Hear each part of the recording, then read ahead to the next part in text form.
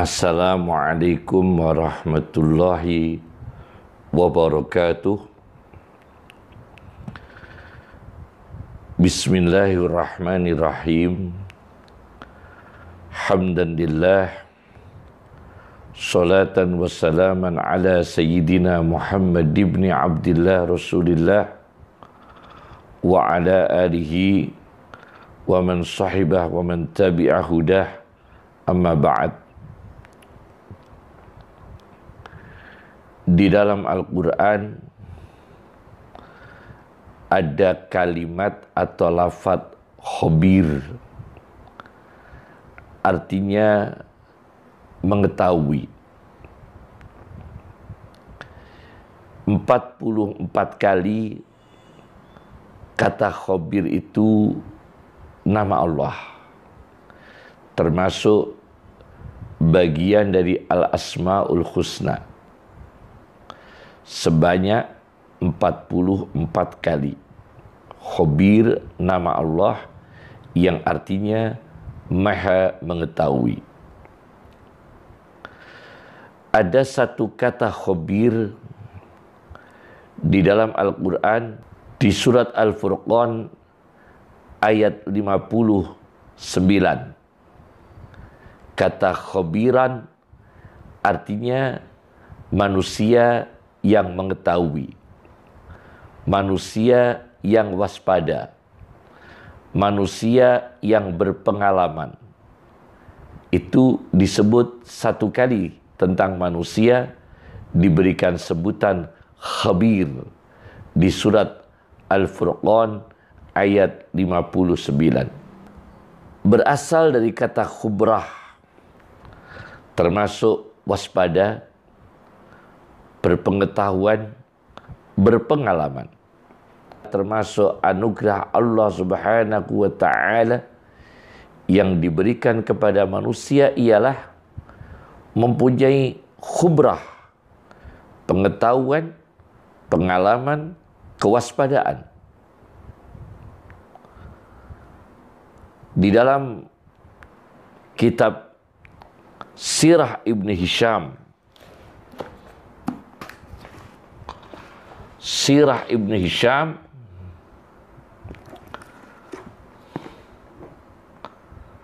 kitab Sirah Ibn Hisham jilid 3 halaman 389 sampai halaman 390. Disejarahkan oleh Ibnu Hisham, nama lengkap beliau Abu Muhammad Abdul Malik Ibn Hisham. Ada seorang wanita yang bernama Zainab bintil Haris menghidangkan masakan kambing yang dipenuhi dengan racun. Maka salah satu sahabat Nabi Sallallahu Alaihi Wasallam, Bishr ibn Bara ibn Ma'rur, makan dari hidangan itu, kemudian meninggal dunia. Sedangkan Rasulullah Sallallahu Alaihi Wasallam juga mencicipi hidangan tersebut, kemudian dimuntahkan oleh beliau. Falafadhaha, dimuntahkan oleh beliau, seraya beliau mengatakan, inna hadal adma, kata Rasulullah SAW, setelah mencicipi hidangan daging kambing yang beracun itu yang dibawakan oleh Zainab bintil Haris,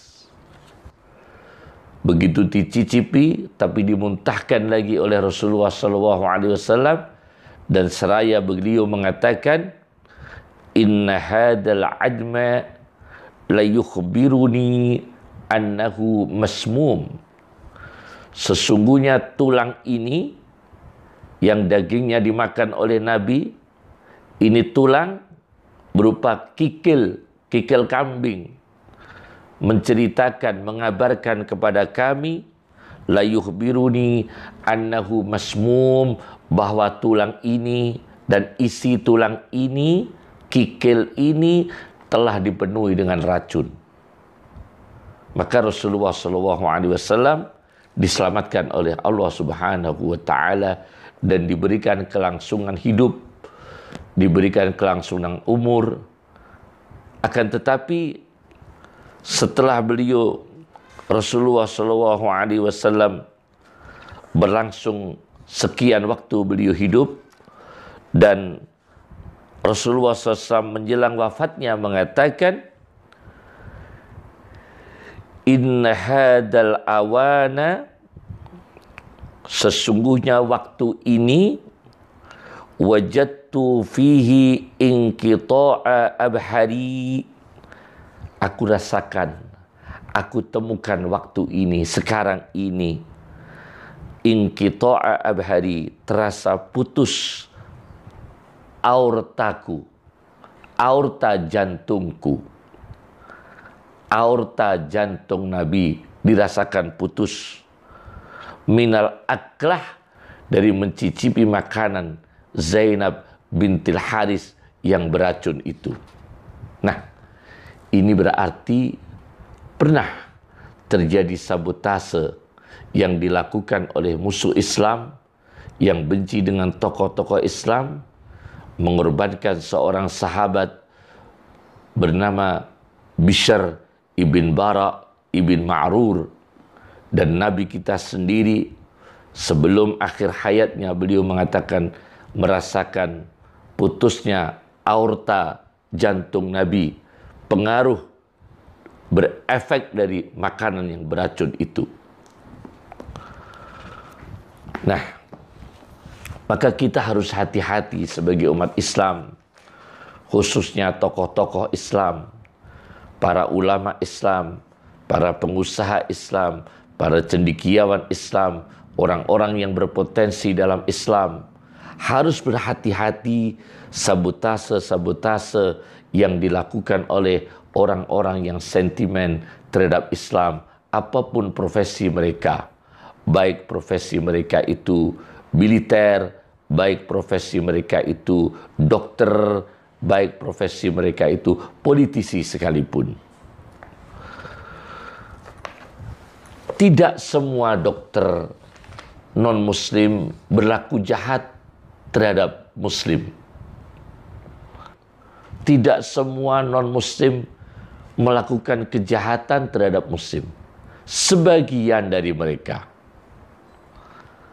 Maka inspirasi dari sejarah ini ialah tokoh Islam, ulama Islam, cendekiawan Islam harus waspada dari sabotase, usaha menjatuhkan, usaha mengorbankan, usaha membasmi terhadap ulama-ulama Islam atau cendekiawan Islam. Rasulullah SAW pernah merekomendasikan seorang sahabat Nabi yang perutnya sakit. Diizinkan Nabi untuk dioperasi oleh seorang dokter Yahudi. Diceritakan dalam kitab Faidul Qadir Syarah Al-Jami'us Shaghir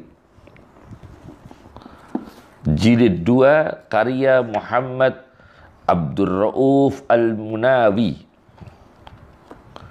Jilid 2 halaman 216.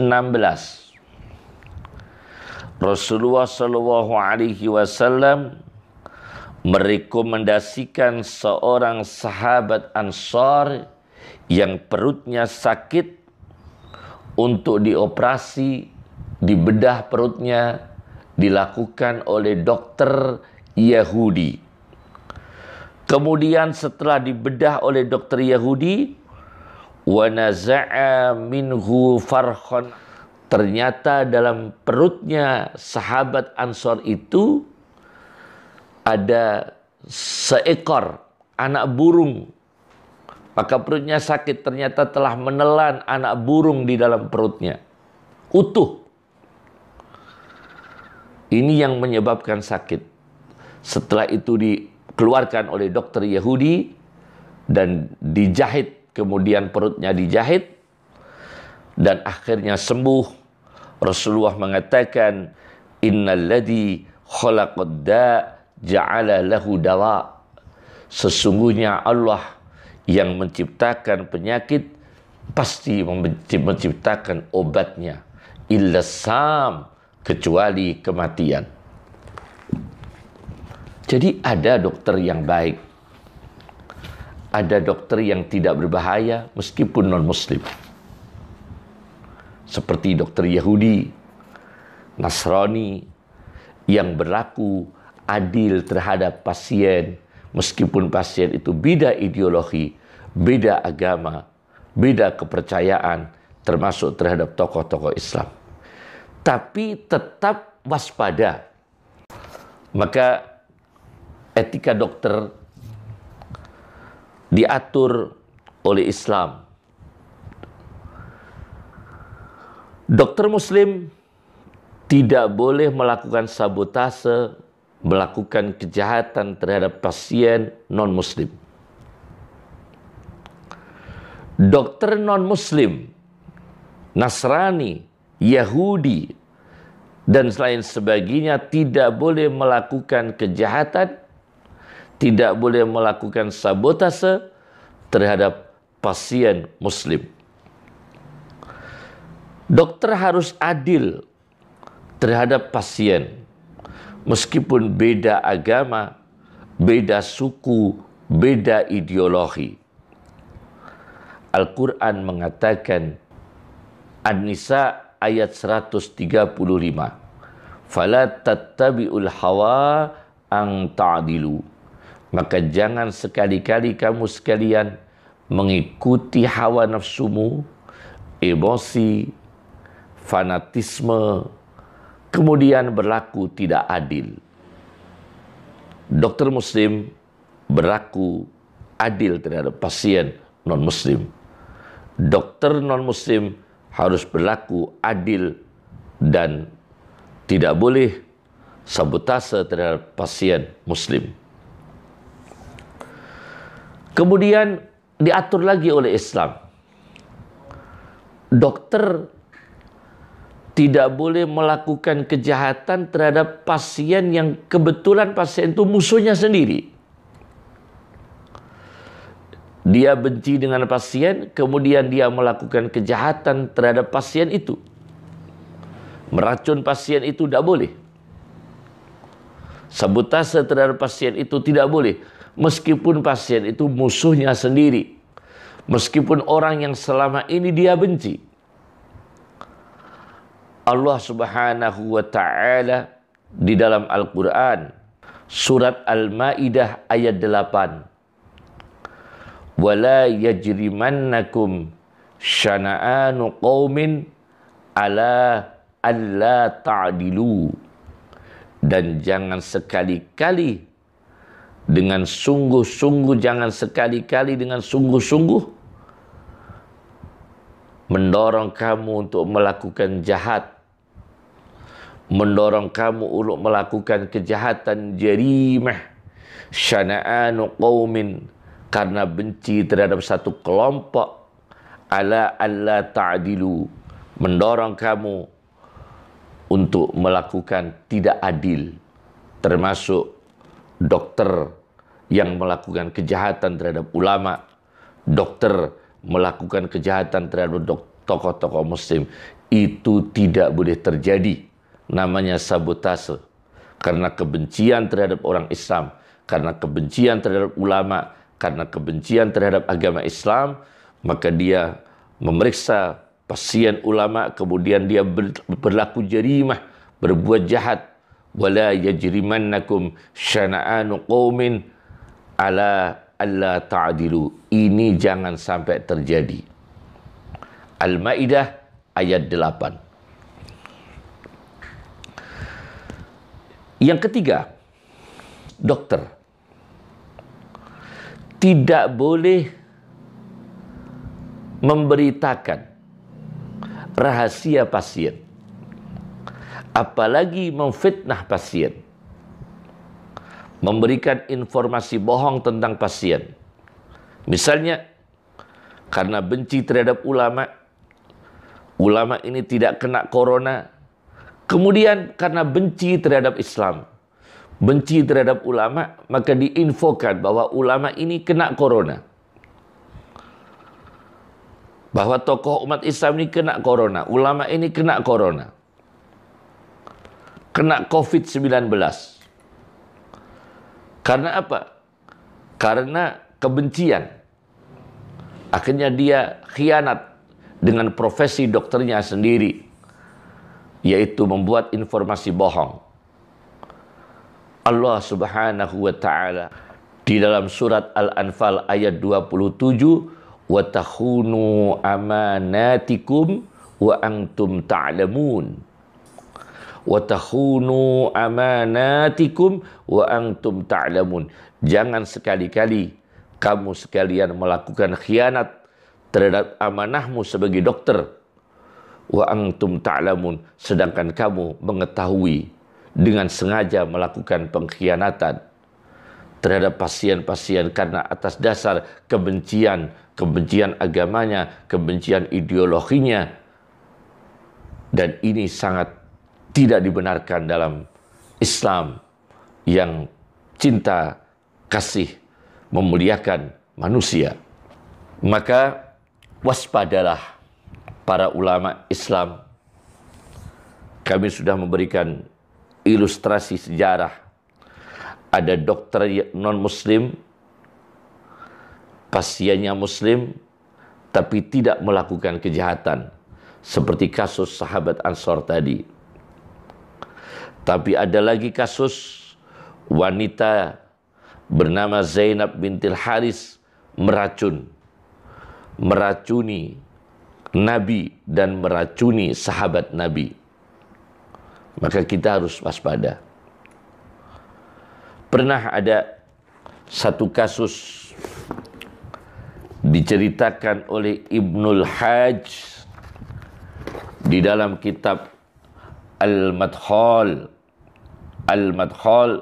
Ibnul Hajj jilid 4 halaman 110. Ada seorang tokoh muslim di negara Mesir sakit. Kebetulan ada seorang dokter Yahudi menyimpan rasa benci, menyimpan rasa dendam terhadap tokoh muslim di Mesir itu. Suatu ketika, ini di kitab Al-Madkhal jilid 4 halaman 110, ada seorang tokoh muslim di Mesir sakit, dan ada seorang dokter Yahudi. Ternyata dokter Yahudi ini menyimpan rasa dendam, menyimpan rasa benci terhadap tokoh muslim tadi di Mesir. Akhirnya dokter Yahudi itu dipanggil untuk mengobati tokoh muslim. apa yang terjadi? Ternyata diam-diam dokter Yahudi itu merencanakan rahasia jahat,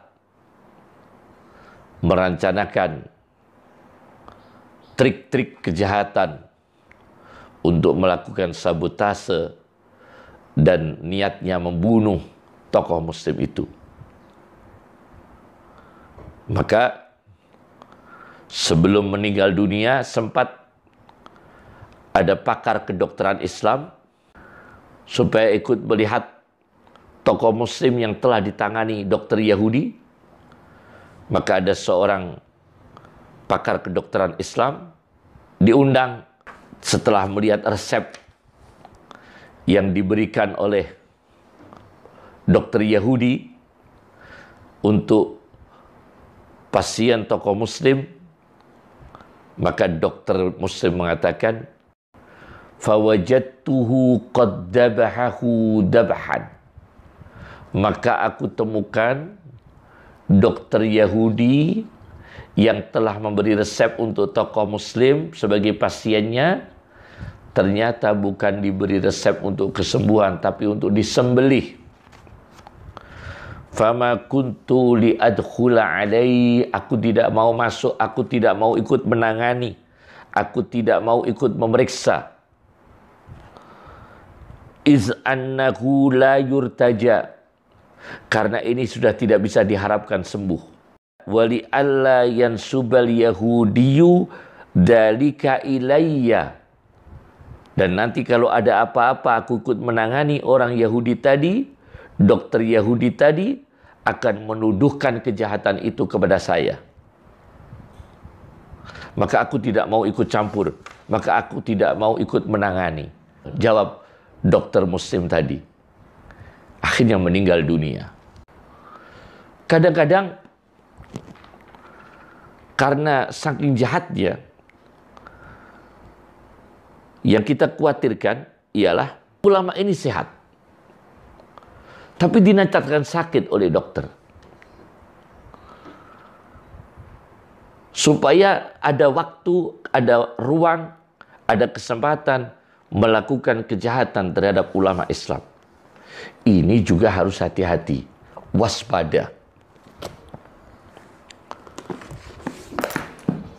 Rasulullah sallallahu alaihi wasallam